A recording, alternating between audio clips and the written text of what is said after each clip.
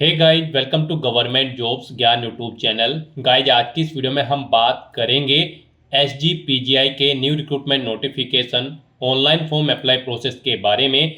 जी हाँ दोस्तों, Sanjay Gandhi post graduate institute of medical science ने यहाँ पर nursing officer, junior accounts officer, technical officer, nuclear medicine technologist, store keeper, medical social service officer, senior administrative assistant, stenographer, CSSD assistant, draftsman, hospital attendant और OT technician के 1400 से ज़्यादा खाली पदों को भरने के लिए नोटिफिकेशन रिलीज कर दिया है। कैसे आप इस भर्ती में पार्टिसिपेट करने के लिए अपने फॉर्म अप्लाई कर सकते हो बिना कोई मिस्टेक किए हुए, इसकी पूरी जानकारी हम आपको स्टेप बाय स्टेप रजिस्ट्रेशन से लेकर प्रिंट तक इस वीडियो में देंगे। बस आपको इस वीडियो को स्किप के बिना शुरू से लेकर एंड तक देखना है। उसके बाद वीडियो पसंद आए तो इसे लाइक और शेयर कर दें। चैनल पर नए हो तो इसे सब्सक्राइब कर लें। साथ ही साथ आपको फॉर्म अप्लाई करते हुए जो भी प्रॉब्लम फेस हो रही है उन सभी का हल आपको इस वीडियो में मिल जाएगा। कैसे यहाँ पर आपको अपनी एजुकेशनल क्वालिफिकेशन की डिटेल देनी है, अपने डॉक्यूमेंट आपको अपलोड करने हैं, फोटो और सिग्नेचर अपलोड करना है, कौन सा डॉक्यूमेंट आपको कितने केबी में अपलोड करना है, पूरी जानकारी आपको इस वीडियो में दी जाएगी। बस आपको एंड तक हमारे साथ इस वीडियो में बने रहना है। तो बिना कोई वक्त गंवाए चलिए शुरू करते हैं।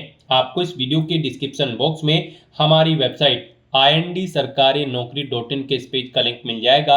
यहाँ पर आपको इस भर्ती के रिगार्डिंग सभी डिटेल्स प्रोवाइड कर दी गई है। Sanjay Gandhi post graduate institute of medical science SGPGI ने यहाँ पर nursing officer, junior accounts officer, technical officer, nuclear medicine technologist, store keeper, medical social service officer, senior administrative assistant, stenographer, CSSD assistant, draftsman, hospital attendant और OT technician के 1479 खाली पदों को भरने के लिए नोटिफिकेशन रिलीज कर दिया है।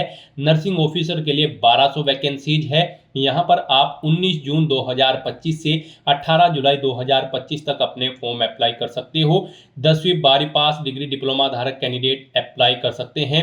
यहाँ पर 18 से 40 साल आपकी आयु सीमा रखी गई है। जनरल, ओबीसी, ईडब्ल्यूएस कैंडिडेट को 1180 रुपये फीस जमा करानी होगी। एससी एसटी को 708 रुपये, जो कि आप ऑनलाइन मोड से जमा करा सकते हो। सिलेक्शन आपका कॉमन रिक्रूटमेंट टेस्ट के आधार पर होगा। आप ऑल इंडिया से ऑनलाइन मोड में अप्लाई कर सकते हो। उसके लिए आपको इस पेज को नीचे स्क्रॉल डाउन करना है। इंपोर्टेंट लिंक सेक्शन में आकर ऑफिशियल नोटिफिकेशन पीडीएफ लिंक पर क्लिक करके इस भर्ती के नोटिफिकेशन को ओपन कर लेना है और इसमें से आपको सभी डिटेल्स रीड कर लेनी है। यहाँ पर आपको सभी डिटेल्स प्रोवाइड कर दी गई है, जैसे कि क्या पोस्ट का नाम है, कितनी उसके लिए नंबर ऑफ वैकेंसीज है, कौन सी कैटेगरी के लिए कितनी वैकेंसीज है, यहाँ पर कैसे आप अप्लाई कर सकते हो, कब से कब तक अप्लाई कर सकते हो, क्या आपका यहाँ पर एलिजिबिलिटी क्राइटेरिया रखा गया है, पर्टिकुलर पोस्ट की एलिजिबिलिटी क्राइटेरिया यहाँ पर आपको प्रोवाइड करा दिया गया है। आपको सभी डिटेल्स यहाँ से रीड आउट करनी है। उसके बाद आपको अपने फॉर्म अप्लाई करने हैं। फॉर्म अप्लाई करने के लिए भी आपको हमारी वेबसाइट के इसी पेज पर ही अप्लाई ऑनलाइन का लिंक दिया गया है। जैसे ही आप इस लिंक पर क्लिक करेंगे तो आपके सामने यहाँ पर Sanjay Gandhi post graduate institute of medical science की ये ऑफिशियल वेबसाइट ओपन होगी। गाइड, यहाँ पर आने के बाद अगर आपने पहले से रजिस्ट्रेशन कर रखा है तो आपको click here to login for already registered user, आपको इस ऑप्शन पर क्लिक करना है। उसके बाद आपके सामने यहाँ पर कुछ इस तरह से इंटरफेस ओपन होगा। यहाँ पर आने के बाद आपको अपनी यूजर आईडी एंटर करनी है, अपना पासवर्ड आपको एंटर करना है, ये कैप्चा कोड आपको यहाँ पर एंटर करना है और लॉगिन के इस ऑप्शन पर क्लिक करके आपको अपने डैशबोर्ड में लॉगिन करके अपना फॉर्म अप्लाई करना है। और गाइज, अगर आप इस भर्ती के लिए फर्स्ट टाइम अप्लाई करने जा रहे हो तो सबसे पहले यहाँ पर आपको अपना रजिस्ट्रेशन करना होगा। उसके लिए आपको यहाँ पर click here to register new user की ये टैब दी गई है, आपको इस पर क्लिक करना है। उसके बाद आपके सामने यहाँ पर रजिस्ट्रेशन का फॉर्म ओपन हो जाएगा। यहाँ पर आपको रजिस्ट्रेशन करने से पहले कुछ इंस्ट्रक्शंस इंपोर्टेंट पॉइंट दिए गए हैं, आपको इन्हें रीड कर लेना है और यहाँ पर आपको अपनी बेसिक डिटेल्स प्रोवाइड कराते हुए अपना रजिस्ट्रेशन करना है। सबसे पहले यहाँ पर आपको पोस्ट सेलेक्ट करनी है, आप किस पोस्ट के लिए अप्लाई करना चाहते हैं। हम यहाँ पर आपको नर्सिंग ऑफिसर की पोस्ट के लिए अप्लाई करके दिखा रहे हैं, बाकी की सब पोस्ट के लिए भी सेम ऐसे ही अप्लाई होगा। तो यहाँ पर आप पोस्ट सेलेक्ट करें जिसके लिए आप अप्लाई करना चाहते हैं। फिर यहाँ पर आपको अपना फर्स्ट नेम एंटर करना है, कैंडिडेट को अपना मिडिल नेम एंटर करना है, अगर है, नहीं है तो इस कॉलम को खाली छोड़ दें। लास्ट नेम एंटर करें, अगर है, नहीं है तो इस कॉलम को भी आप खाली छोड़ सकते हैं। फिर यहाँ पर आपको अपने फादर का नाम एंटर करना है, मदर का नाम एंटर करना है। उसके बाद यहाँ पर आपको अपनी डेट ऑफ बर्थ सेलेक्ट कर लेनी है। उसके बाद यहाँ पर आपको अपना मोबाइल नंबर एंटर करना है, वही मोबाइल नंबर एक बार फिर से एंटर करके उसे कंफर्म कर लेना है। अपनी ईमेल आईडी आपको यहाँ पर एंटर करनी है, ईमेल आईडी एक बार फिर से एंटर करके करके उसे कंफर्म कर लेना है। उसके बाद यहाँ पर आपको इस पेज को नीचे स्क्रॉल डाउन करना है और उसके बाद फिर यहाँ पर आपको गाइस जनरेट ओटीपी के ऑप्शन पर क्लिक कर देना है। उसके बाद आपके सामने यहाँ पर ये कैप्चा ऑथेंटिकेशन मोड ओपन होगा। यहाँ पर आने के बाद गाइस आपको ये कैप्चा कोड यहाँ पर एंटर करना है और उसके बाद आपको यहाँ पर सबमिट की इस टैब पर क्लिक कर देना है। फिर यहाँ पर आपके रजिस्टर्ड मोबाइल नंबर और ईमेल आईडी पर एक ओटीपी आया होगा, वो ओटीपी आपको यहाँ पर एंटर करना है और उसके बाद आपको वैलिडेट ओटीपी के इस ऑप्शन पर क्लिक करके अपना मोबाइल नंबर और ईमेल आईडी को यहाँ पर वैलिडेट कर लेना है। उसके बाद गाइस यहाँ पर आपको आई एग्री के चेकबॉक्स को ओके करना है। ये कैप्चा कोड आपको यहाँ पर एंटर करना है और उसके बाद फिर आपको रीवेरीफाई के इस ऑप्शन पर क्लिक कर देना है। उसके बाद यहाँ पर आपको आपके रजिस्ट्रेशन फॉर्म का पूरा प्रीव्यू शो कर दिया गया है। आपको सभी डिटेल्स केयरफुली चेकआउट करनी है। इनके सामने इन सभी चेकबॉक्सेस को आपको ओके करना है और उसके बाद गाइस यहाँ पर आपको सबमिट के इस ऑप्शन पर क्लिक कर देना है। इस तरह से यहाँ पर आपका रजिस्ट्रेशन सक्सेसफुली कंप्लीट हो जाएगा। आपको एक यूजर आईडी और पासवर्ड आपके रजिस्टर्ड मोबाइल नंबर और ईमेल आईडी पर सबमिट कर दिया जाएगा। आपको उन्हें केयरफुली नोट डाउन करके रख लेना है फ्यूचर यूज के लिए। साथ ही साथ आपको यहाँ पर भी आपका एप्लीकेशन नंबर प्रोवाइड कर दिया गया है, आप इसे भी नोट डाउन करके रख सकते हो फ्यूचर यूज के लिए। और यहाँ पर अब अपना फॉर्म अप्लाई करने के लिए गाइज आपको गो टू एप्लीकेशन के इस ऑप्शन पर क्लिक करना है। नेक्स्ट यहाँ पर आपको अपनी पर्सनल डिटेल प्रोवाइड करनी है। यहाँ पर आपको कुछ चीज़ें आपकी ऑटोमेटिकली फिल मिल जाएगी जो आपने रजिस्ट्रेशन टाइम पे प्रोवाइड कराई थी। बस अब आपको इस पेज को नीचे स्क्रॉल डाउन करना है, अपना जेंडर आपको सेलेक्ट करना है, अपना मैरिटल स्टेटस आपको बताना है, आप मैरिड हो या फिर अनमैरिड, अपनी नेशनलिटी आपको सेलेक्ट कर लेनी है, डोमिसाइल स्टेट आपको सेलेक्ट करना है, यहाँ पर कैटेगरी सेलेक्ट करनी है जिस कैटेगरी से आप बिलोंग करते हैं, SC ST या फिर EWS। उसके बाद यहाँ पर आपको अपनी सोशल कैटेगरी एक बार फिर से सिलेक्ट कर लेनी है। उसके बाद आपको अपनी सब कैटेगरी यहाँ पर सिलेक्ट करनी है, अगर है नहीं है तो आप नन ऑप्शन सेलेक्ट कर लेंगे। फिर यहाँ पर आपसे पूछा गया कि क्या आप यूपी गवर्नमेंट के रेगुलर एम्प्लॉय हैं, अगर हैं तो आप येस ऑप्शन सेलेक्ट करेंगे और फिर यहाँ पर आप अपना employ service period time select करेंगे, कब से कब तक आपने सर्विस की है। इन डेट्स के अकॉर्डिंग आपका सर्विस ड्यूरेशन यहाँ पर कैलकुलेट करके आपको शो कर दिया जाएगा। और अगर आप यूपी के गवर्नमेंट एम्प्लॉय नहीं है तो यहाँ पर आपको नो ऑप्शन सेलेक्ट करना होगा।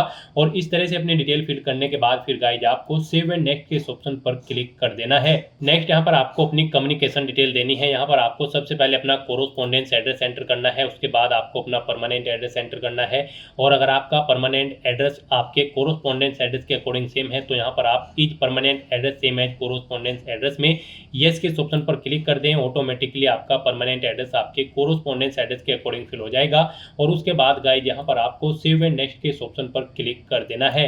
नेक्स्ट यहाँ पर आपको अपनी क्वालिफिकेशन की डिटेल प्रोवाइड करनी है। गाइज यहाँ पर आपको इस चेकबॉक्स को ओके करना है। यहाँ पर आपसे पूछा गया है कि क्या आपने एडवर्टाइजमेंट रीड कर लिया है, उसे केयरफुली रीड कर लिया है और आपने अपना एलिजिबिलिटी क्राइटेरिया भी चेकआउट कर लिया है। तो यहाँ पर आपको इस चेकबॉक्स को ओके करने के बाद अपनी क्वालिफिकेशन की डिटेल देनी है। यहाँ पर आप क्लिक हियर के इस लिंक पर क्लिक करके ऑफिशियल नोटिफिकेशन डाउनलोड करके उसमें से आप अपनी क्वालिफिकेशन चेकआउट कर सकते हो। यहाँ पर नर्सिंग ऑफिसर की पोस्ट के लिए हम आपको अप्लाई करके दिखा रहे हैं। इस पोस्ट पर अप्लाई करने के लिए आपके पास BSc ऑनर्स की डिग्री नर्सिंग के अंदर या फिर BSc नर्सिंग की डिग्री होनी चाहिए किसी well recognised Indian nursing counselling institute या फिर यूनिवर्सिटी से, या फिर आपके पास BSc पोस्ट सर्टिफिकेट या पोस्ट बेसिक BSc नर्सिंग की डिग्री होनी चाहिए, या फिर आपके पास डिप्लोमा होना चाहिए GNM में। और फिर यहाँ पर आपका रजिस्ट्रेशन होना चाहिए यहाँ पर nurse and midwifery in state Indian nursing council में। और आपको यहाँ पर 2 साल का एक्सपीरियंस होना चाहिए मिनिमम 50 बेडेड हॉस्पिटल में। यहाँ पर इस तरह से आपकी क्वालिफिकेशन होनी चाहिए। आप अपने इस ऑफिशियल नोटिफिकेशन में से चेकआउट कर सकते हो कि किस पोस्ट के लिए क्या यहाँ पर आपकी क्वालिफिकेशन रिक्वायर्ड है।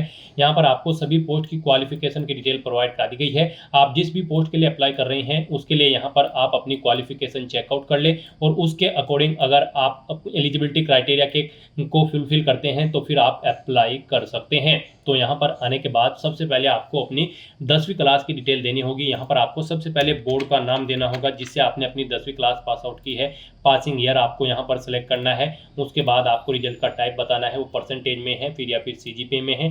परसेंटेज में अगर है तो यहाँ पर आपने कितने मार्क्स ऑब्टेन किए हैं वो आप एंटर करें। फिर टोटल कितने मार्क्स थे जिसमें से मार्क्स आपने ऑब्टेन किए हैं वो यहाँ पर आप एंटर करें। इनके अकॉर्डिंग आपकी परसेंटेज कैलकुलेट करके आपको शो कर दी जाएगी। सेम ऐसे ही आपको अपनी 12वीं क्लास की डिटेल देनी है।